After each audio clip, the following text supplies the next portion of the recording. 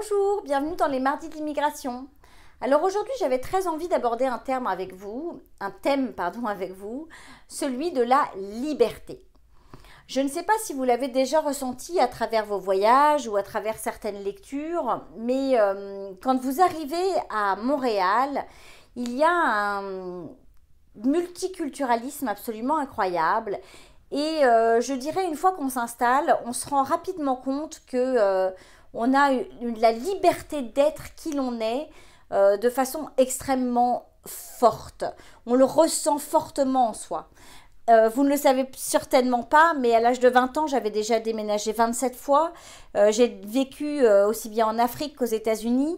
Donc j'ai déjà en fait une certaine expérience de l'immigration, du changement de vie, de cette façon de devoir s'adapter en fait et s'acclimater. Et très sincèrement, à travers toutes les villes dans lesquelles j'ai pu vivre et les différents pays dans lesquels j'ai pu vivre, c'est la première fois de ma vie que je ressens ce tel multiculturalisme, cette acceptation de l'autre. Je reçois en fait avec force soyez qui vous êtes, soyez heureux d'être ce que vous êtes. Ici, on a le choix de pouvoir entreprendre. On ne sera jamais jugé parce qu'on décide de créer un commerce qui peut paraître complètement fou et dérisoire. Et au contraire, on appuiera ça. On appuiera fortement en fait le fait que un échec, c'est une expérience et que c'est très bien que vous l'ayez vécu, que c'est très bien que vous en soyez passé par là parce que vous avez appris quelque chose et que le fait d'avoir appris ça, ça vous rend plus fort pour recommencer encore à nouveau un nouveau métier, un nouveau business et vous avez le droit de le faire. On ne va pas vous regarder du doigt, vous jauger, vous juger. Quelle que soit votre sexualité, quelle que soit votre couleur de peau, quelle que soit votre religion, quelle que soit votre tradition familiale, vous ne serez pas jugé et au contraire, on va vous ouvrir les portes et on va vous écouter. Et ça, c'est quelque chose d'assez incroyable. On ressent vraiment ce sentiment on respire, on est bien parce qu'on n'est pas regardé et jaugé pour ce que l'on est. Et ça, c'est fantastique. Alors, je dirais que quand vous vous retrouvez avec vos compatriotes, les personnes qui sont de la même nationalité que la vôtre, à nouveau, vous aurez un peu ces regards perçants, ces gens qui vous jaugent, qui vous analysent, qui vont vous juger parce que, voilà, dans certaines cultures, on juge. Donc ça, c'est quelque chose qu'on va ressentir. Mais par contre, quand vous êtes entouré de Montréalais, de Québécois, de Canadiens, vous allez voir, on se sent extrêmement bien, extrêmement libre. Parce que les gens, en fait, sont contents d'en apprendre de vous, sont contents de partager aussi de ce qu'ils sont, de leur générosité, et vous ne serez pas jugé. Et ça, c'est quelque chose de fantastique. Ce qui est fantastique également, c'est de se dire que en vous installant au Canada, vous avez la possibilité de tout rebâtir, tout reconstruire, et il faut quand même savoir qu'il y a des gens qui sont arrivés ici, qui ont immigré ici il y a 20 ans, 30 ans, 40 ans, 50 ans, 60 ans, 10 ans, qui sont partis de rien, qui ont tout recommencé, qui sont repartis de zéro et qui ont eu des vies absolument incroyables et spectaculaires. Et ça, c'est possible parce que vous êtes en Amérique du Nord. Parce qu'en Amérique du Nord, on vous dit, croyez en vos rêves, on vous aidera à les réaliser. Parce qu'on vous dit, never say never, ne dites jamais, jamais. On s'accroche et on y croit. Et ça, c'est quelque chose de très vrai et de très fort que l'on ressent ici. Alors pour vous qui vous préparez à arriver bientôt, j'ai un conseil. Si vous voulez apprendre à communiquer avec des Québécois, si vous voulez avoir des amis québécois, qu'ils soient francophones ou anglophones, je dirais qu'il y a une façon de les aborder. La façon de les aborder, c'est déjà quand vous allez emménager dans votre appartement ou dans votre maison, n'hésitez pas à aller avec une assiette de gâteau ou avec un gâteau confectionné par vous ou par vos enfants pour vous présenter et pour leur dire bonjour et dire que vous êtes les nouveaux voisins. Et puis éventuellement, voilà, échanger avec eux, leur poser des questions. Déjà, vous allez à leur porte et vous leur faites un cadeau. Et puis n'hésitez pas aussi à leur dire que bah, vous les remercier de vous accueillir dans ce joli pays. Alors avec vos mots, vos phrases, hein, attention, ne copiez pas exactement les mots et les phrases que je vous dis, mais voilà, c'est important en fait d'aller à la rencontre de ses voisins. Parce que vous allez aller à la rencontre de ses voisins, ils vont savoir que vous êtes là, et puis ils vous diront bonjour, et puis peut-être qu'un jour, on vous invitera à partager une bière, à partager un barbecue. Alors quand vous partagez une bière à un barbecue, vous n'êtes pas invité en allant les mains vides. On va toujours chez le Québécois avec en général ses propres bières, pourquoi pas sa propre viande, et puis après on fait un barbecue, on partage, etc. Mais voilà, c'est quand même assez important de se dire que ça fonctionne comme ça.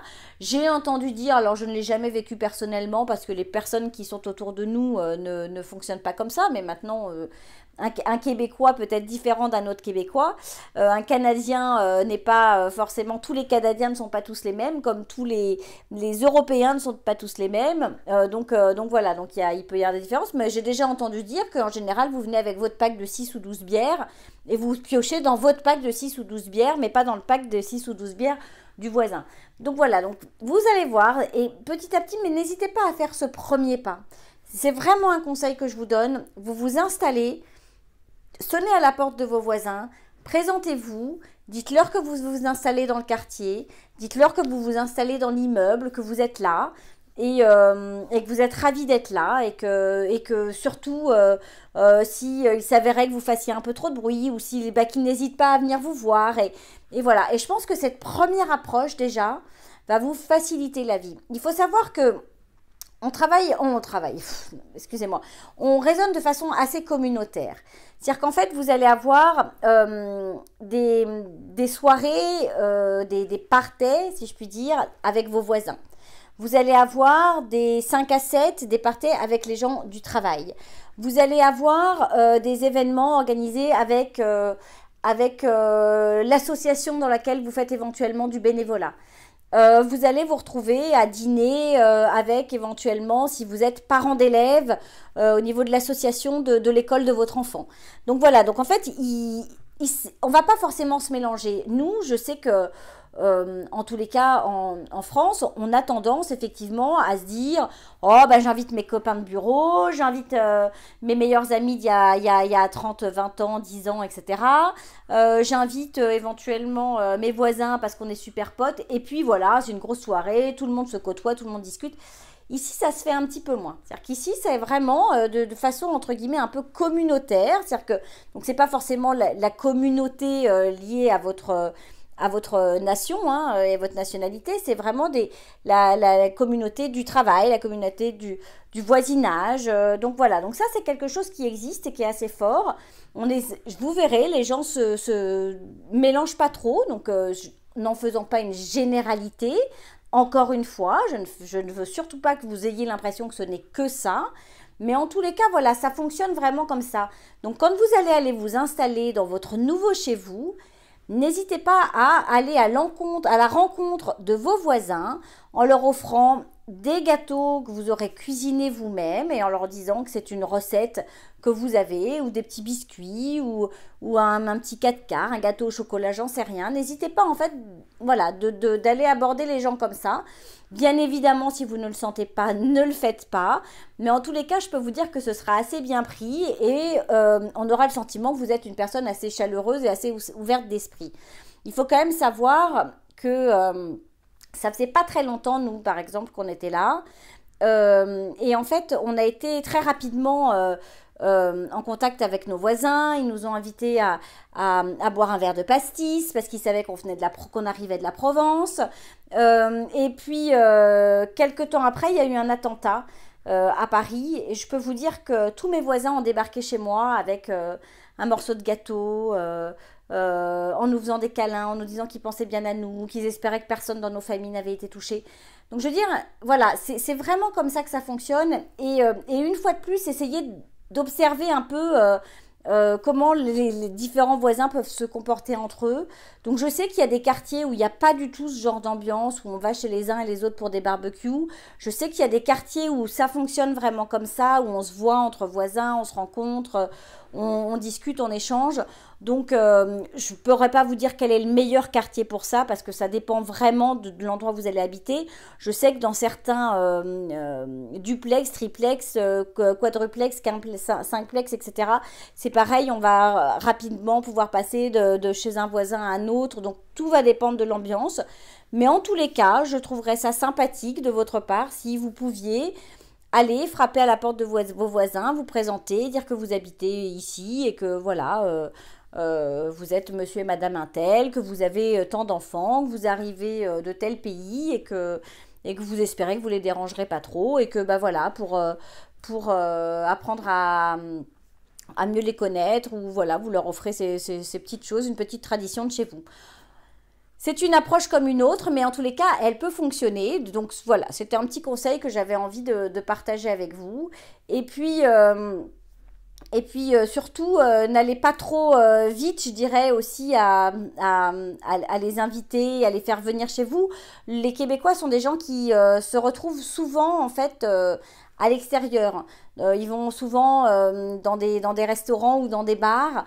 Donc voilà, donc ça aussi, allez-y. Bon, vous allez voir comment ça se passe. Essayez de... Bon, vous verrez, de toute façon, vous ferez vos expériences. Je sais que nous, on a déjà...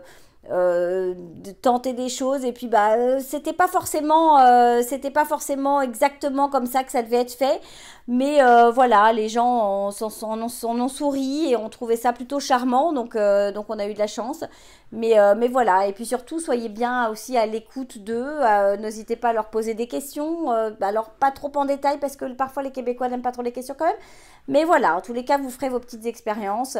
Et dites-vous que si vous êtes sur le point d'arriver, vous allez arriver entre juin et août, ça va être pour vous l'occasion de découvrir plein de choses. Vous allez être dans ce qu'on appelle la phase de la lune de miel.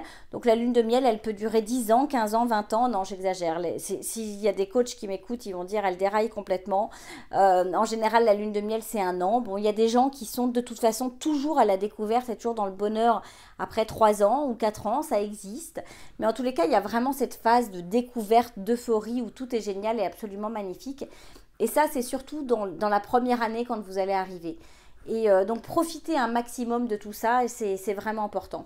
Pour ceux qui restent encore dans leur pays et qui souhaitent arriver, qui vont se préparer à arriver, je dirais que c'est le moment, en fait, si vous n'avez pas encore lancé de dossier, préparé de dossier, d'aller vous occuper de la reconnaissance de vos diplômes, d'aller vous occuper de faire certains papiers, de récupérer, par exemple... votre casier judiciaire pour prouver qu'il est vierge, etc. Voilà, faire des petites choses comme ça.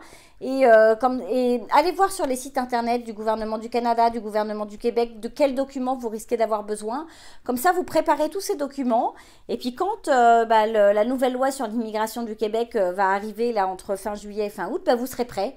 Vous aurez déjà l'ensemble des documents. N'hésitez pas déjà à les scanner, à les avoir sur votre ordinateur. Comme ça, voilà, vous êtes proactif, vous êtes déjà dans l'action, et c'est une bonne façon de pouvoir commencer à préparer les choses. Pour ceux également qui vont arriver ou qui sont déjà là, si vous avez des entrevues pour des entretiens de recrutement ou que vous voulez revoir votre CV, on peut toujours se voir, se rencontrer. À travers une association, en fait, il m'arrive de faire du mentorat, en fait, et donc d'aider des gens à créer leur CV. Donc bien sûr, c'est aussi mon métier, donc je facture ce service. Mais en tous les cas, si vous avez besoin d'aide, si vous avez besoin que je vous aide en fait à passer un entretien de recrutement, à vous préparer à l'entretien de recrutement, n'hésitez pas. J'ai des petits outils pour ça, et on peut aussi le faire par Skype. Donc voilà, et ça me fera vraiment plaisir de pouvoir vous aider. Sur ce, on va se retrouver en studio avec Valérie, qui, une fois de plus, répond à vos questions. Et puis ensuite, vous allez voir encore une belle aventure d'une personne qui est arrivée ici depuis presque 10 ans. Et vous allez voir, cette personne a également un très fort ressenti de cette liberté ici au Canada. Allez, on se retrouve tout de suite après la pause. Conseil de pro vous est présenté par Valérie Flatt, consultante réglementée en immigration canadienne. Bonjour Valérie. Bonjour Géraldine. Alors, on continue dans notre série des questions-réponses. D'accord. Valérie est très forte à ce jeu-là, donc allons-y. Troisième semaine. J'espère que les cadeaux en valent la peine. Je veux pas la petite valise. Non, c'est bon. Écoute, on va y réfléchir. Le comité du côté de Montréal va réfléchir à ta petite mallette. Alors aujourd'hui, j'aimerais que tu répondes à une série de questions sur les travailleurs temporaires. Ah, temporaire, ok. Donc, puisque il y a énormément de personnes qui se posent la question d'arriver en fait avec ce statut depuis l'extérieur. D'accord. Et donc, voilà, l'idée c'est d'essayer de répondre à certaines de leurs questions. Parfait. Alors déjà, est-ce que tous les métiers nécessitent l'obtention d'un permis de travail? Alors, les métiers, oui. C'est pas tellement comme ça qu'elle se pose la question. C'est plus, est-ce que pour la durée, est-ce que dans la durée, si je viens travailler juste pour une semaine ou moins de 30 jours, il y a certains. D'accord, c'était ça, c'est ça. Il y a des professions qui sont exemptées en fait en fonction de la durée. C'est-à-dire que si je suis conférencier, si je suis journaliste, si je viens faire... Bon, ça, on en avait parlé dans une autre capsule. Il y a différents cas comme ça où finalement, on peut venir juste avec son AVE. D'accord. Faire sa petite job. Mais par contre, les autres, là, ceux qui veulent venir travailler, vraiment pour il faut venir un permis de travail. D'accord. Alors après ça, il n'y a pas d'exemption de permis de travail, il y a des exemptions de EIMT. Là, Alors justement, ma question suivante, c'était qu'est-ce qu'une EIMT?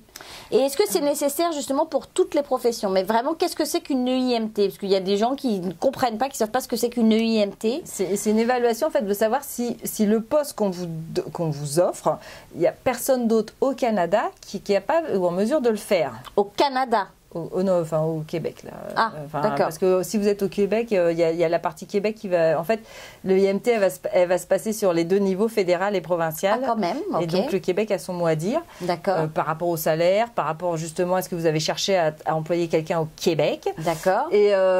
Et du coup, mais ceci dit, la recherche, n'importe qui du Canada a le droit de venir au Québec. Donc, d'accord, donc c'est vraiment une étude... Faire une offre, faut que votre offre de travail elle soit visible sur le Canada aussi. Parce que n'importe qui pourrait très bien dire, mais moi, je suis prêt à venir faire ce travail-là, payer pour... voilà.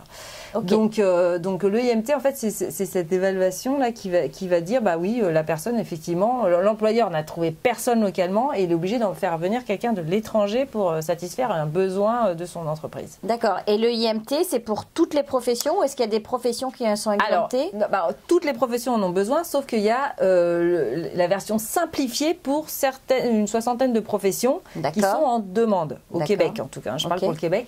Donc ces 60 professions, c'est vrai que si vous tombez dedans, l'employeur, il aura pas démontré, entre guillemets, qu'il n'a pas vraiment besoin de faire de recherche. Mais il fait quand même cette EIMT et il paye quand même le coût. Ah oui, les 1 400 $, ça, tout le monde les paye. D'accord. Et si jamais il veut passer par un consultant pour gérer ça, ça plus de 1 400 $, on est d'accord, parce que viennent se rajouter les frais du consultant. Ah oui, il faut rajouter en plus les frais du consultant qui sont assez élevés pour ce genre de travail. D'accord. Parce que ce sont des dossiers assez consistants. Donc tous les employeurs ne sont pas forcément très excités à l'idée de... Non, ça coûte cher d'employer quelqu'un de l'étranger. Ouais, c'est ça.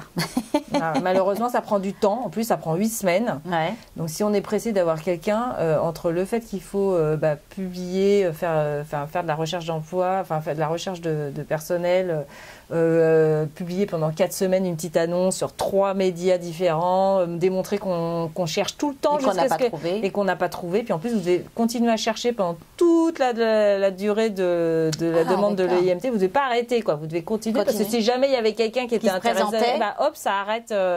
Donc non, c'est toute une histoire, quoi. C'est un stress pour tout le monde. D'accord. C'est vrai que je dirais que les employeurs, ils sont, sauf dans certaines catégories où effectivement il n'y a vraiment pas de main-d'œuvre et puis que là, ils sont obligés d'aller prendre à l'étranger. Bon. Bon, de toute façon, hein, c'est comme ça. Je pense que quand on veut, on peut. Donc, il faut tenter sa chance. Dans le cas d'un permis de travail temporaire, est-ce que on fait une demande de CAQ ou une demande de CSQ? Non, c'est CAQ. Qui se fait en même temps que la demande de IMT, elles sont liées, c'est-à-dire que vous faites le IMT, CAQ en même temps. Donc vous allez voir, c'est très clair sur le site, ils vous disent, vous préparez les deux documents, vous l'employé, vous préparez votre demande de CAQ, l'employeur il prépare la demande de IMT, et puis tout part ensemble. Voilà. Ok. Donc à quel moment est-ce que le travailleur va recevoir son CAQ? C'est si le IMT est autorisé, validé, là il va recevoir son CAQ.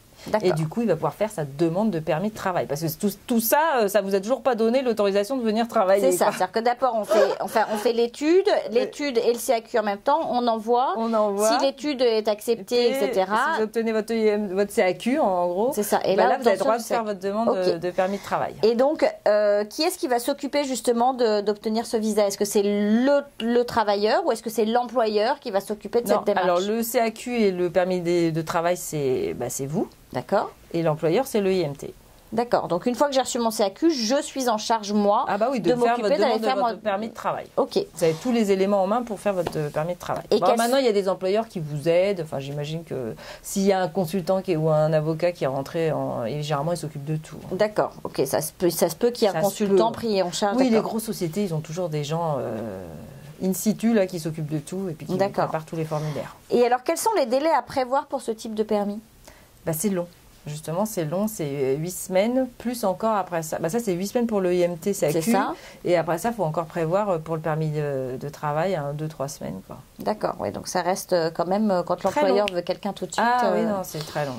D'accord. C'est en gros 3 mois. Ok. Et le permis de travail, en fait, il est délivré à l'extérieur ou est-ce que c'est quelque chose qui se valide à la douane? Comment à quel moment est-ce qu'on l'obtient en fait? Alors, le permis de travail, il est toujours délivré quand vous arrivez au Canada. D'accord. Vous allez obtenir une lettre de présentation que vous présentez à l'agent en arrivant au Canada et c'est lui qui délivre et imprime le permis de travail. D'accord. Et c'est à partir de ce moment-là que vous pouvez commencer à travailler. Et on est d'accord qu'à la douane, oui, non, oui, non. Voilà. Question-réponse très simple. Question fermée. C'est ça. On répond par oui ou par non. Est-ce que le conjoint peut de son côté faire une demande de permis de travail et doit-il également passer par une étude d'impact du marché du travail, une IMT? Non, parce que lui, du coup, le conjoint ou l'époux, il a droit directement à... si on parle là pour les métiers de profession 0 A ou B, on est bien d'accord. Il a droit directement à un permis de travail ouvert. Donc, on en fait la demande en même temps. D'accord. Donc, en gros, en partir du moment où il y en a un, toute la famille suit, donc l'époux conjoint obtient le permis de travail ouvert et les enfants obtiennent les permis d'études. D'accord. Et il est plus intéressant pour un enfant de lui obtenir un permis d'études plutôt qu'un permis visiteur? Non, mais les enfants, quand ils sont à l'extérieur du Canada, ils doivent voyager avec un permis d'études. Ce sont seulement les enfants qui se trouvent déjà au Canada et qui accompagnent des parents qui auraient un permis d'études ou un permis de travail qui n'ont pas besoin du permis d'études. D'accord. Et s'ils étudient au primaire ou au secondaire. Tous les autres enfants qui se trouvent à l'extérieur du Canada, on ne voyage pas en tant que visiteur. Ok. Et encore moins quand... oui, parce qu'il y en a qui font les petits malins, ils arrivent avec les visiteurs, puis ils se disent, oui, mais maintenant on est là en tant que travailleurs, parce que nous, on avait nos permis, donc les enfants, ils n'ont plus besoin. Je dis, c'est pas vous aider, parce que les agents, maintenant, au point d'entrée, ils sont de moins en moins chauds à faire Enfin, ils voient bien qu'il y a des gens qui détournent un peu le système. Et puis en plus, je dirais que pour les enfants de plus de 14 ans, c'est pas les aider, parce que ces enfants-là, ils n'ont pas le droit de travailler. Alors qu'au Québec, qu'avec un visa d'études, au Canada et au Québec, on sait très bien que les enfants à partir de 14 ans, ils ont besoin de faire du bénévolat. Ça fait partie intégrante de leur éducation, du mode d'éducation du Canada.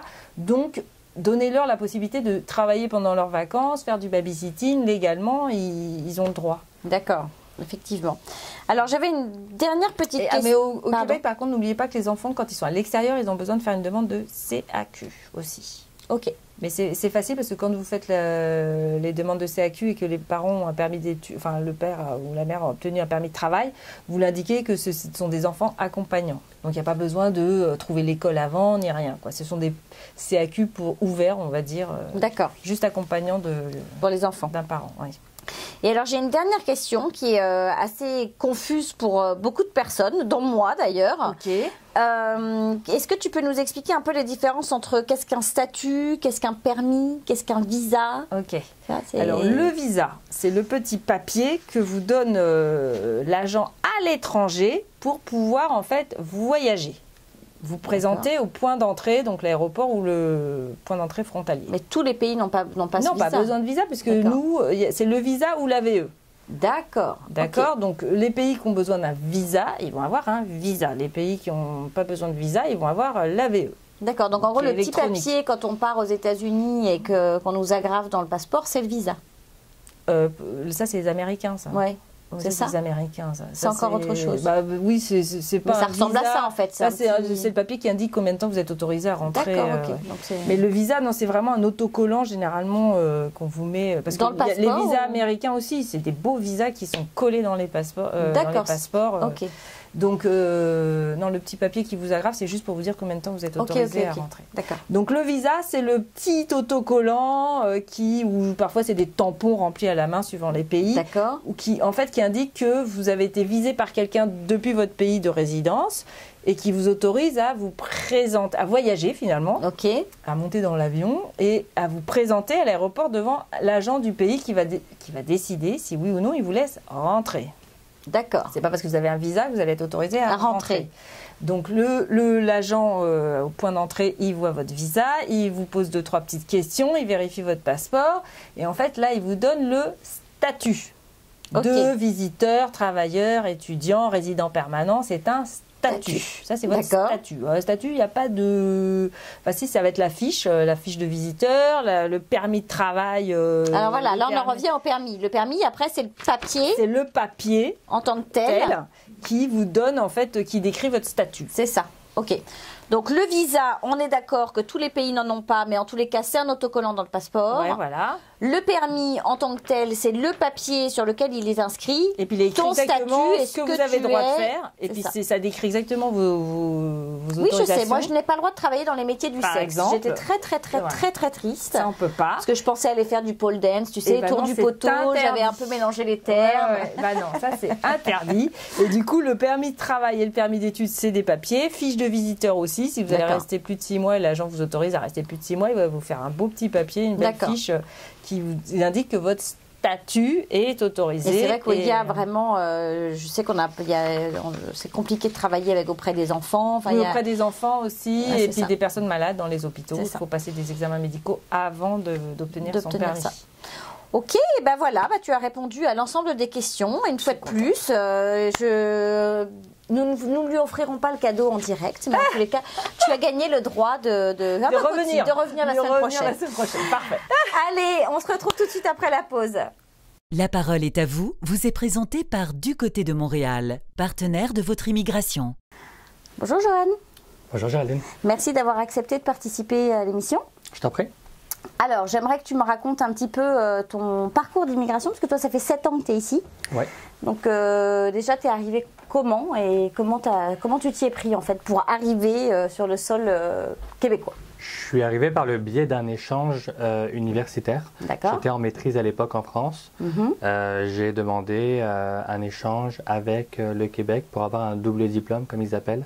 Avec une double maîtrise, tu n'as pas d'année supplémentaire à faire, tu fais juste ton année simplement. Et il te valide un diplôme qui s'appelle un diplôme franco-québécois. D'accord. Avec une année qui a été passée en France, une année au Québec. D'accord. Et en fait, à l'époque, tu savais déjà que tu vivrais ici quand tu as voulu faire ça ou... Non, moi j'avais juste envie de partir prendre l'air. Je voulais sortir de la France. Je n'avais pas beaucoup voyagé à part en Europe. D'accord. C'était vraiment mon premier gros voyage, ma première grosse expérience. D'accord. Et j'ai choisi le Québec parce qu'ils avaient la langue française et aussi l'opportunité de pouvoir apprendre la langue anglaise. D'accord. Et alors, quelle a été ta première impression quand tes pieds ont foulé le sol québécois? Qu'est-ce que tu as ressenti en arrivant ici? Si je me souviens bien, ça a été vraiment bizarre. J'ai vraiment été dépaysé pendant 4 mois. Je me rappelle avoir appelé mon conjoint à l'époque ou à ma famille en leur disant ça fait vraiment bizarre, c'est vraiment un choc culturel immense. Je me rappelle avoir pensé pendant très longtemps, c'est vraiment des Américains qui parlent français. J'ai pas forcément retrouvé des racines françaises, mais j'en cherchais pas forcément. D'accord, tu n'étais pas venu chercher ça de toute façon. Non. D'accord.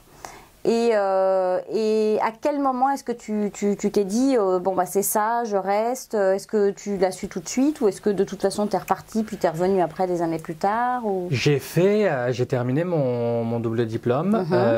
Après ça, j'ai passé des concours pour rentrer au HEC de Montréal. J'ai été accepté. D'accord. Donc je me suis dit une année de plus. D'accord. Et à la fin de mon année au HEC, là, je me suis dit, il va falloir penser à un plan d'immigration si tu vas rester plus longtemps. Au début, je me suis dit pour travailler, pas pour immigrer définitivement. Donc, je me suis mis à essayer de travailler. Et le prochain permis que j'ai, le permis suivant que j'ai eu après mes permis d'études était un permis de travail. D'accord. Et donc là, ça fait maintenant 7 ans que tu es là. Ouais. Et tu es satisfait de la vie que tu as ici à Montréal? Est-ce qu'il y a des choses qui te manquent de la France? Est-ce qu'il y a des choses...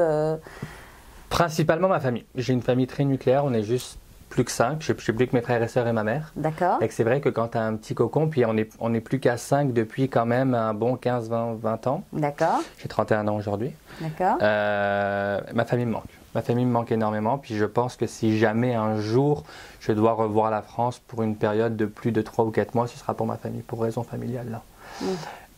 À part ça, non, j'aime vraiment ma vie à Montréal et au Québec, que j'ai appris à apprécier, parce que tu vis un choc quand même, ben, ça dépend des gens, il y a des gens qui s'y font très vite, mais moi j'ai quand même vécu des chocs, puis je vis encore des chocs culturels de temps en temps. Comme donc, quoi, par exemple? Tu dois t'y habituer. Toute la manière de fonctionner entière du pays. Moi, je trouve qu'en France, tes pharmacies, à part les pharmacies de garde, vont fermer à 22h. Ici, moi, j'ai 2 pharmacies ou 3 pharmacies 24/24 à moins de 600 mètres de chez moi. J'ai des épiceries qui ferment. Épiceries, ce qu'ils appellent ici épiceries, c'est des commerces qui vendent de la nourriture ou quoi que ce soit. Ça va être fermé après 23h, quoi. Voilà. En France, il fallait que j'aille faire mes courses à 19h au maximum dans ma petite ville d'Antibes, parce que sinon, après, je ne pouvais plus acheter quoi que ce soit. Non, ça c'est sûr. Le système de santé est très différent. Le système universitaire et scolaire est très différent. La manière dont ils consomment, dont nous consommons, je m'inclus parce que je me sens partie intégrante. Tu t'es mis à consommer, oui, c'est ça. Je me sens partie intégrante de la communauté canadienne-québécoise. La manière de consommer est différente, la manière d'aller au restaurant est différente. Ici, ils ont un pourboire au restaurant. En France, on n'a pas forcément de pourboire. Complètement. Comment ils sont organisés culturellement. Ici, ils ont beaucoup de festivals en plein air, beaucoup de festivals de musique que tu peux retrouver avec les vieilles charrues en France ou des choses comme ça. Beaucoup de choses gratuites tout au long de l'année offertes. Beaucoup de choses gratuites offertes tout au long de l'année dans des parcs, dans des événements en plein air. Quand bien même ce n'est pas gratuit, les frais d'entrée à n'importe quel festival ou concert auquel je participe, c'est entre 10 et 20 $ maximum. Non, ça c'est sûr. Ça c'est sûr et certain que c'est assez...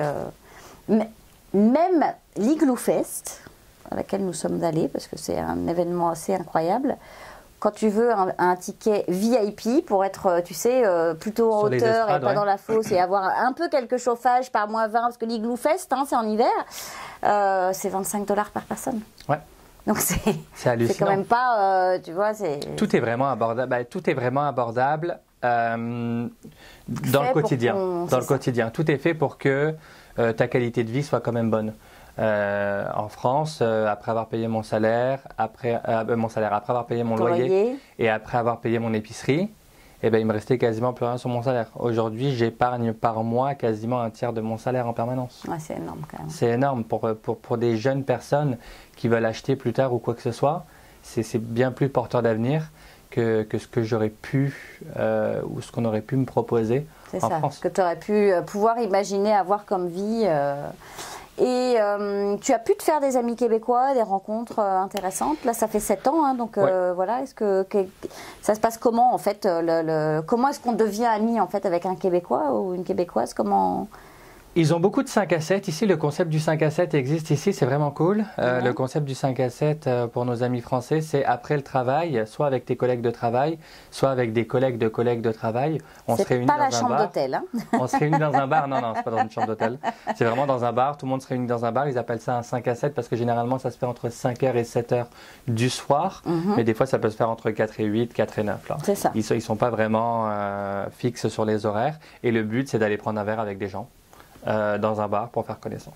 D'accord. Et donc toi, au gré de ces 5 à 7, est-ce que tu peux dire que tu t'es vraiment fait des amis, ou est-ce que c'est quelque chose qui reste quand même assez superficiel, plus des 5 à 7, ou est-ce que vraiment on peut créer des relations avec des gens Tu crées des relations. J'ai créé des relations. J'ai pas mal d'amis québécois, beaucoup d'amis anglophones. Que je vois toujours, mais c'est vrai que le concept de l'amitié est quand même différent en France et au Québec, je trouve. Moi, personnellement, c'est juste mon avis. En France, on a tendance à avoir très peu de personnes autour de toi, mais c'est vraiment comme une famille pour toi, tu les vois souvent. Ici, on a tendance à préférer avoir énormément de connaissances, voir énormément de gens souvent et en permanence, mais ça crée des liens un petit peu moins serrés. Ils sont quand même serrés, sont juste un petit peu moins serrés que les liens qu'on peut connaître en France. C'est ça, on peut plus facilement t'oublier si tu n'es plus dans la vue. Si jamais tu perds le contact, on peut très facilement t'oublier, passer à autre chose, puis 2 ans après, on va te croiser dans la rue, puis on va te dire, ça fait longtemps que je t'ai pas croisé, comme si c'était naturel. Alors que pour nous, Français, on va se dire, ça fait 2 ans que tu m'as pas parlé, qu'est-ce qui se passe? Ouais, c'est ça, pourquoi tu vas me parler? D'accord. Et qu'est-ce que tu peux dire sur ce que t'a apporté cette immigration? Premièrement, un avenir, je pense, parce que j'en aurais pas eu en France. Quand tu viens de milieux pas forcément favorisés, quand tu viens de milieux où il faut te battre en permanence, soit pour survivre, pour payer ton loyer, pour éduquer tes enfants, c'est le cas de ma mère, tu vois mal ton avenir en France. C'est déjà noir. Tu es en permanence dans le négatif, puis tu te dis comment est-ce que moi, je vais m'acheter un appartement, comment je vais être propriétaire, comment est-ce que je vais pouvoir avoir des enfants, comment est-ce que je vais pouvoir pérenniser un petit peu tout ça. Ça, c'était vraiment la première raison, la première chose que l'immigration au Québec m'a apporté. La deuxième chose que l'immigration au Québec m'a apporté, c'est une certaine liberté. D'accord. Vis-à-vis de ma sexualité. Ouais. Aujourd'hui, je suis homosexuel, ça a été très difficile de l'accepter en France, ça a été très difficile de le vivre en France. Parce que ça reste encore assez restreint. C'est un sujet un peu tabou quand même. Ici, les gens gays ont le droit de se marier depuis 2001. Ça a été dépénalisé dans les années 60. C'est un autre monde. Quand je suis arrivé ici, je me suis senti normal. Et c'est horrible de dire ça d'un côté. C'est horrible que je le dise parce que je ne devrais pas me sentir normal. Tu es normal, mais... Je le suis. Mais j'ai ressenti exactement la même chose, tu vois, ce mot liberté, sur plein de choses, et le côté normal dont tu parles, aussi par rapport à l'école des enfants et la difficulté scolaire que peuvent ressentir les enfants en France quand ils sont dyslexiques, et où on les traite tout simplement de nuls, alors qu'ici ils sont considérés comme des enfants normaux, travailleurs, ayant des difficultés mais accompagnés. Et donc c'est vrai que c'est un peu ce côté où on est libre d'être ce qu'on est en fait. Hein. C'est vrai que le handicap est traité différemment ici, tu as raison. Hein. Le handicap est vraiment traité différemment. Ça ne va pas être anodin d'avoir des personnes sourdes et muettes qui vont te servir dans les magasins. Ils ont juste appris à lire sur les lèvres. C'est ça. Donc effectivement, ils vont juste te répondre. Moi, j'ai été servi dans la ville de Sherbrooke, à peu près à 2 heures à l'est de Montréal. C'est quand même une petite ville. Ça va être la 6e ou 7e plus grande ville du Québec, mais quand même petite. C'est ça. Je suis rentré dans un magasin, la première personne qui m'a servi était une personne sourde et muette. Ah, c'est ça, je te promets, c'était extraordinaire. Moi, c'est pareil, hein, j'ai un monsieur handicapé l'autre jour qui nous a, pareil, on arrive à l'accueil, je peux vous aider et alors on lui dit, bah oui, on aimerait. Puis on sent que dans son langage, il parle, tu sais, de façon un peu enfantine. Il connaissait par cœur le rayon, là, tel endroit. Il y a plein d'émissions qui passent sur les gens qui sont atteints d'une trisomie, la façon dont on les fait travailler, la façon dont on les autonomise. Enfin, et puis on parle d'autonomie, l'autonomie même des jeunes. Un jeune aujourd'hui qui travaille à l'âge de 15 ans. Enfin, je veux dire, donc c'est vrai que c'est un pays où, le mot liberté, je suis d'accord avec toi, il est fort en fait. Hein. Ouais. Ah ouais. C'est liberté d'être ce qu'on est. C'est vraiment une valeur de leur société, j'ai l'impression. C'est vraiment une revendication, même je dirais, de leur part. C'est tu ne touches pas à ma liberté. Je suis la personne que j'ai envie d'être. À partir du moment où je ne nuis pas à autrui et où mon comportement et mes actions ne nuisent pas à autrui, j'ai envie d'être qui je suis et je serai qui je suis. Ouais, c'est ça. Et ça, c'est vrai qu'on le ressent de façon très très fort ici. Hein. C'est fou. Ouais, non, c'est vrai que c'est une vraie liberté. Et alors, si tu devais donner des conseils à des gens qui veulent faire comme toi, qui rêvent du Québec, qui rêvent du Canada, qui se posent la question de faire le grand saut ou pas, d'arriver, est-ce qu'il y a des choses que tu leur donnerais comme avis sur comment faire ou par quelle étape passer, ou est-ce qu'il faut venir ici dans un premier lieu, est-ce que de toute façon il faut le faire parce que c'est une aventure qui se vit, ou voilà, est-ce que tu aurais un avis un peu là sur la question? Est-ce qu'on parle de personnes qui veulent juste s'échapper de France, ou juste de personnes qui veulent visiter le pays? Non, c'est vraiment vivre une immigration en fait, avec famille, enfants ou seul. Ça peut être aussi seul avec un sac à dos et puis se dire je viens en PVTiste et puis je tente l'aventure. Ça peut être quelqu'un qui décide de venir implanter son entreprise aussi ici, et puis un entrepreneur aussi qui se dit j'ai un projet, je vais venir le créer. Enfin, voilà, est-ce que tu as un avis un peu sur la question, ça peut être un sujet général comme ça peut être après, ça dépend aussi de toi, ton expérience, et ça peut être quelque chose de moins général aussi. Mais je vais quand même le découper parce que c'est intéressant ce que tu dis. Du point de vue familial, j'ai préparé mon immigration effectivement. Les études coûtent plus cher ici, les soins de santé coûtent plus cher ici, c'est des choses qu'il faut que tu réfléchisses. Tu pars pas sans argent. Ça, c'est sûr. Si tu as une famille, prévois au moins pendant une année de faire des préparatifs pour vivre ici. Renseigne-toi sur comment ça fonctionne. Renseigne-toi sur toutes les différences qu'il y a entre système de santé et système scolaire au Québec ou quoi que ce soit. C'est sûr que ça se prépare, puis tu pars avec de l'argent. Si tu es un entrepreneur, moi je dirais viens-t'en ici, comme ils disent ici. C'est très ouvert sur le marché. C'est très flexible. Ça, c'est sûr. En termes de restrictions, les entrepreneurs et auto-entrepreneurs sont bien moins restreints qu'en France. Là. En France, l'auto-entrepreneur va quand même avoir énormément de charges à payer au niveau de l'État parce que c'est le système qui est conçu comme ça et qui veut ça. Ici il va pouvoir au moins survivre pendant 5 ans. Si jamais sa compagnie ne marche pas, peut-être qu'il aura pas compris les besoins du marché ou de sa clientèle ou quoi que ce soit. Mais au moins, il va pouvoir y arriver. En France, je pense que n'importe quel auto-entrepreneur, c'est tellement rouleau compresseur, puis c'est tellement plein de contradictions et de contraintes au niveau de la loi qu'à mon avis, le commerce qui s'ouvre en 2 ou 3 ans est mort, quoi. Ouais, c'est ça. Si tu es un jeune de moins de 30 ans, je te conseille de prendre ton sac à dos puis de faire le tour du Canada. C'est magnifique. Ils ont des forêts qui s'étendent sur des hectares et des hectares. Ils ont des lacs, ils ont des monts où tu peux aller skier, magnifique, des montagnes. Si tu vas à Vancouver, à Toronto, à Montréal, tu vas voir 3 villes différentes, 3 ambiances différentes. Il y a tellement de belles choses à voir. Juste le Québec, ça prendrait un bon 7-8 mois à faire en entier. C'est ça. Si tu veux tout voir, un bon 7-8 mois du Québec. Là. Ça, c'est sûr. Et tu vas vraiment voir une ville citadine.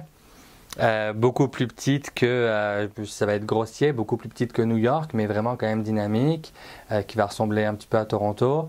Tu vas aller complètement à l'est du Québec, et là tu pourrais te croire dans des petits villages français, avec la même mentalité de campagne, de village, de proximité, et de population, pas campagnarde, mais plus proche, où tout le monde se connaît, local, où tout le monde se connaît, où personne ne ferme ses portes à la maison.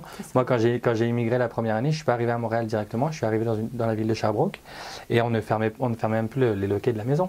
La maison était ouverte en permanence. Si les amis venaient, ils savaient que la porte était ouverte, ils faisaient juste nous dire à la voix qu'ils étaient dans l'appartement, puis il n'y avait aucun problème. J'ai eu aucun problème de vol, j'ai eu aucun problème de casse ou quoi que ce soit. Je me sentais complètement en sécurité.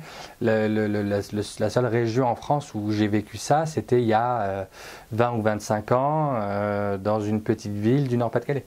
Oui, c'est ça. Et encore, je ne suis pas sûre que ça pourrait encore exister aujourd'hui, Mais oui, effectivement.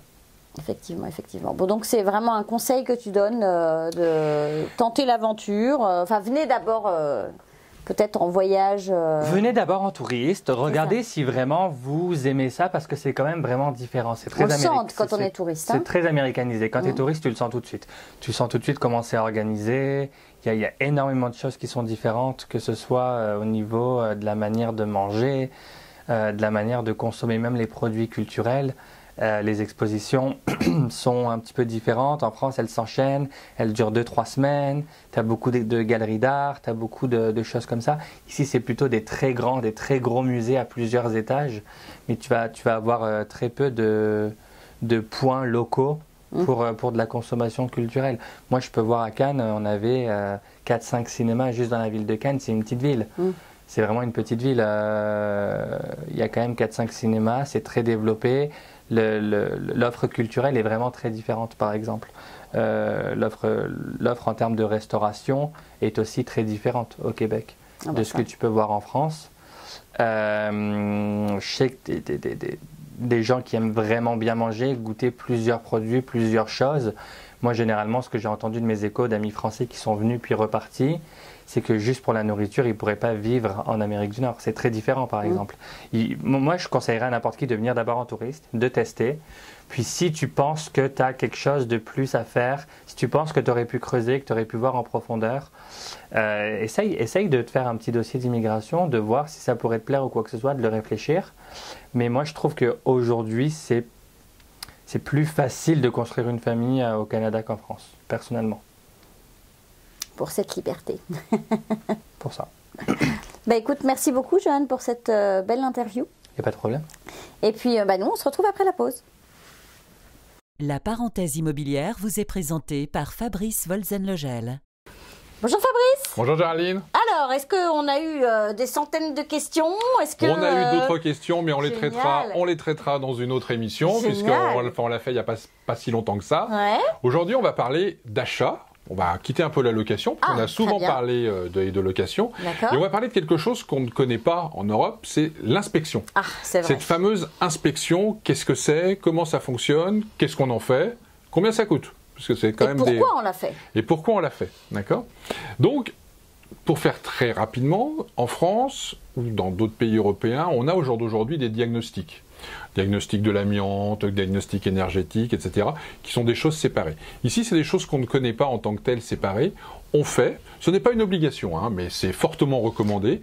Fortement recommandé. Fortement recommandé. Quand on achète un bien immobilier, sur la promesse d'achat que l'on signe, on a une clause suspensive qui est une clause d'inspection. On dit qu'on veut faire par un inspecteur de notre choix, nous les acheteurs, c'est nous qui choisissons, une inspection complète, pour faire simple, du bâtiment. Quand je dis une inspection complète, c'est un inspecteur que vous allez choisir, qui en règle générale, et c'est mieux, soit membre de d'un des ordres des inspecteurs, avec quelqu'un qui en règle générale doit connaître le quartier dans lequel vous habitez, parce que chaque quartier a ses petites particularités sur les sols, sur les biens. Donc quelqu'un qui vraiment connaît l'endroit et va faire une inspection du toit, il va monter sur le toit et il va aller jusqu'aux fondations. C'est ça. D'accord ? Donc c'est vraiment une vision panoramique de ce que vous achetez. Et ça, c'est assez déstabilisant quand on vient d'Europe, parce que d'un seul coup, on va se retrouver avec un rapport complet de 60 pages, de 80 pages de problèmes. Uniquement de problèmes. Alors, je reviendrai après, mais voilà ce que c'est donc une inspection. Donc, comment ça se passe? Vous faites le choix de l'inspecteur, je le répète, c'est vous, en tant qu'acheteur, qui le choisissez, sur les conseils de votre agent, sur les conseils d'amis, sur le feeling que vous pouvez avoir avec lui, et vous lui mandatez de venir, dans un délai qui a été fixé, pour faire l'inspection. Une inspection d'un appartement, on va dire standard, ça va durer 1h30, 2 heures, grand maximum, s'il inspecte le bâtiment. Une inspection d'une maison, ça peut durer 3 heures, 4 heures, voire plus, 5 heures, voire plus, en fonction à la fois de la taille de la maison et en fonction des problèmes qu'il va identifier. D'accord ? Donc, comment ça fonctionne ? L'inspecteur arrive, et ce que je vous conseille, c'est d'être présent avec l'inspecteur. Ah oui. C'est-à-dire, ne vous dites pas, il va faire l'inspection, puis il m'a envoyé le rapport, puis je saurai. Soyez là. Soyez là, ça a un double avantage. C'est que déjà, il va vous expliquer comment fonctionne votre maison. Il va vous expliquer chaque problème ou chaque point. Il va vous en parler. Vous allez pouvoir lui poser des questions. Vous allez pouvoir comprendre le mode de fonctionnement de la maison. Et pour après, pour son utilisation et pour son quotidien, c'est très très intéressant d'avoir ça. Et puis ça permet aussi, quand on reçoit le rapport, de tout de suite faire le rapport entre ce qu'il nous a dit et ce qui est écrit. Parce que ce qui est écrit est très souvent alarmant, alarmiste, ce que vous voulez, alors que dans l'explication, vous allez vous rendre compte que... Qui va vous dire que finalement... C'est pas si grave que ça. Mais dans le rapport, il est obligé de mettre un grand warning en disant, parce que c'est sa responsabilité qui est engagée. À l'oral, il peut être un peu plus mesuré et vous donner un peu plus l'heure juste. C'est vrai qu'il peut y avoir les fenêtres à changer, et puis à l'oral, il va te dire, vous avez 5 ans pour le faire. C'est ça, voilà. Ça va être marqué, les fenêtres ont un problème, etc. Ou les canalisations ont un problème, puis il va vous dire, bon, bah, le jour où vous décidez de changer, la chaudière, par exemple, dans les 5-7 ans qui viennent, bah, faites-le.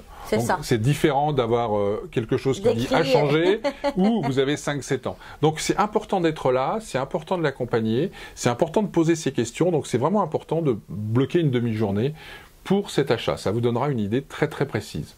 Donc le déroulement, je vous en ai parlé, c'est-à-dire qu'il va arriver, il va d'abord en règle générale faire un tour extérieur. Si c'est de la brique, regardez la brique, regardez les joints, regardez les fenêtres. Il va monter sur le toit, regarder les pentes de toit, les évacuations, l'état du toit, de la membrane. Il va faire un tour complet extérieur, regarder s'il y a des fissures aux fondations, regarder si l'eau est bien drainée. Enfin, il va vraiment avoir une vision très très panoramique. Puis après, il va rentrer.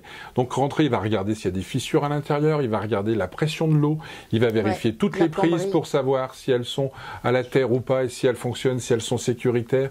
Il va vérifier s'il y a des petites pentes sur le plancher, de quoi ça vient. Il va vérifier l'humidité, il va vérifier la déperdition de chaleur avec différents appareils. Donc c'est véritablement un gros diagnostic et il va vous pointer tous les points. Et c'est vraiment génial parce qu'au final, vous allez vous retrouver avec un rapport. Alors c'est vrai que le rapport il est massif, vous allez avoir des photos, vous allez avoir 150 photos sur votre maison avec des petites flèches vous disant là il y a un problème, là il y a un problème, là il y a un problème, mais vous allez avoir une vision de, entre guillemets, dans quel état vous achetez et qu'est-ce qu'il faut faire dans les années qui viennent. Quelles sont les urgences, les moins urgents. Les moins urgents et votre plan d'entretien prévisionnel. Même si ce n'est pas le rôle d'un inspecteur de vous donner un plan prévisionnel, mais ça vous le dresse quasiment systématiquement puisque ça vous permet de savoir où vous allez et ça vous permet aussi, par rapport à l'achat, de vous dire bah, j'achète tel prix, tout de suite j'ai tant de réparations à faire, et puis dans les 10 ans qui viennent, bah, j'ai le toit à changer, j'ai des choses à faire, donc ça permet d'avoir vraiment une vision aussi financière prévisionnelle. Complètement. Donc ça c'est très important. Donc ce rapport, par contre, quand on n'a pas l'habitude, il faut se faire conseiller, il faut le lire avec quelqu'un qui a l'habitude, parce que sinon, je peux vous assurer que vous n'achèterez jamais aucune maison au Québec. Parce que, comme je l'ai dit, c'est 60 pages de problèmes, donc forcément, vous vous dites, c'est quoi ce truc que j'achète à ce prix-là? Donc faites-vous conseiller par votre agent, si vous avez un agent qui va vous permettre de relativiser. Ce qui est important de valider, c'est pas tellement le fait qu'il y ait une prise qui fonctionne pas. C'est le fait de dire, est-ce que vous avez un gros problème de fondation avec des fissures? Est-ce que vous avez un gros problème de toiture avec la structure qui est en train de s'affaisser? Est-ce que vous avez ce type de gros problème? Ça, c'est des problèmes qui nécessitent qu'on s'y intéresse et qu'on creuse pour mieux comprendre. Est-ce qu'il y a un problème de contamination des sols dans certains endroits? Ça aussi, c'est un problème auquel on doit faire attention au jour d'aujourd'hui. Mais les petits points de détail, vous achetez une maison, par excellence, elle est, par définition, elle est d'occasion. Elle a vécu, elle date de 1900, 1920, 1930, 1940. Donc forcément qu'il y ait des problèmes, c'est tout à fait normal. Cependant, qu'est-ce qu'on peut en faire de ce rapport une fois qu'on l'a? Alors, hormis le fait qu'on a une vision panoramique de notre maison. Et bien content. Et on est bien content de ça. Ça nous permet aussi, malgré tout, de renégocier le cas échéant. Si ce rapport fait ressortir des problèmes importants, des problèmes qu'on va considérer comme anormaux, c'est-à-dire de l'amiante partout sous le toit. Voilà, de l'amiante partout sous le toit, le fait que le toit est en train de s'affaisser, le fait qu'un mur est en train de partir un petit peu en vrille. C'est ça. Par exemple. C'est marrant comme exemple. C'est un exemple parmi d'autres, mais bon, quand on est confronté à ce type de choses qui sont anormales, c'est-à-dire que vous ne pouviez pas le voir ou c'était pas suffisamment clair quand vous avez fait votre offre, qu'on ne vous en a pas parlé, et que l'inspecteur vous dit le mur là, il va tomber dans les 3 ans. Donc à ce moment-là, il est normal que le propriétaire qui vend, vous ayez une discussion avec lui. Donc là, il y a plusieurs choix. Le propriétaire peut vous dire moi, je veux rien savoir. Si ça vous plaît pas, mon prix c'est mon prix. Sortez du deal, puisque l'inspection est une clause suspensive. On sort du deal. Ensuite, le propriétaire peut vous dire je vais faire réparer. Je suis d'accord avec vous, je vais faire réparer. Donc à partir de ce moment-là, lui fait les travaux, il les paye, et donc il vous livre une maison en l'état sur ce type de problème. Ou il peut vous dire, et c'est très souvent comme ça que ça se passe, même s'il y a des exceptions, c'est, écoutez, il y en a pour 25 000 de travaux, je vais vous donner 15 000, et puis les 10 000, c'est normal que vous les preniez à votre charge. C'est à peu près les 3 schémas les plus classiques que l'on retrouve et qui nous permettent. Donc c'est aussi, ce rapport d'inspection est aussi un moyen de au-delà de savoir, est aussi un moyen de négociation, puis un moyen d'acheter au juste prix, au final. Complètement. Hein, d'acheter au juste prix. Voilà. Bon, faut pas s'en servir non plus pour baisser le prix si jamais. Bon, enfin, ça, vous verrez avec votre agent, mais on est d'accord que. C'est pas parce qu'il y a 3 prises qui ne marchent pas dans la cuisine qu'on va faire baisser le prix de 10 000 $. C'est ça, il ne faut pas être de mauvaise foi. C'est toujours le même débat, hein. C'est-à-dire comme tout, mais c'est pour ça que je dis, si vous avez des prises, si vous avez une fissure dans un mur, si vous avez un toit qui, à certains endroits, commence, mais parce qu'on le savait et ça c'est visible, bah, c'est normal. Je veux dire, c'est normal. Donc ne demandez pas un 5 000 ou un 10 000 ou un 15 000. Vous allez vous faire botter en touche, entre guillemets, et puis vous allez passer pour des maudits Français. Par contre, s'il y a des problèmes plus graves, c'est là où il faut prendre conseil, c'est là où il faut demander des devis complémentaires, c'est là où on peut, je dirais, acter et faire des choses de façon à garantir vos intérêts, puisque c'est là le but. C'est là le but. Exactement. Combien est-ce que ça coûte? Parce qu'au final, c'est aussi ça. Alors, ce qu'il faut savoir, c'est que c'est vous l'acheteur qui le payez, que vous achetiez ou que vous n'achetiez pas la maison suite à ce rapport. Il est pour vous. Le prix, donc ce rapport vous appartient. Donc, même si vous n'achetez pas la maison, le propriétaire ne peut pas le donner aux futurs acquéreurs. C'est ça. C'est quelque chose qui vous appartient. Pour un condo, un appartement, ça va vous coûter entre 300 et 450 dollars à peu près. Pour une maison, c'est plus variable, mais on est plus à 700, 800, voire 1000, en fonction des maisons, en fonction des surfaces, en fonction de l'état et de ce qu'il y a à faire. Voilà. Donc, l'inspection, je le répète, ce n'est pas obligatoire, mais franchement, quand vous venez, quand vous achetez quelque chose, considérez-le comme quelque chose d'obligatoire. Ça me semble être la moindre des choses. Vous avez la chance de pouvoir le faire. C'est un droit qui est énorme. Enfin, faites-le, profitez-en et apprenez-en beaucoup sur votre maison. Il va vous expliquer le fonctionnement du chauffage, de la climatisation. On va vous expliquer plein de choses. Souvent, ils sont architectes de métier ou ils sont architectes. Ils ont une très bonne connaissance, très bonne connaissance. Donc, tout à fait honnêtement, faites-le et prenez pas ça comme une dépense, mais prenez ça comme un investissement qui viendra en plus. Voilà. Pour quelqu'un qui a acheté récemment, je peux vous dire que je vous conseille de passer par une inspection. Voilà. Donc, écoutez. Si vous avez des questions sur ce sujet, n'hésitez pas à nous contacter sur notre fameux courriel qui maintenant est mondialement connu. C'est ça. La parenthèse immobilière à commercial@gmail.com. Si vous avez des questions sur ce sujet ou sur d'autres sujets, on fera bientôt une émission où on répondra, on répondra aux questions. Donc ça nous fait plaisir. Et si vous voulez des choses un peu plus précises, envoyez vos questions, puis je vous répondrai en direct. Ou même on peut se parler au téléphone avec grand plaisir. Génial. Allez Fabrice, bonne semaine. Merci, bonne semaine Géraldine. On se retrouve la semaine prochaine et puis bonne semaine à tous. À très bientôt, au revoir. Au revoir.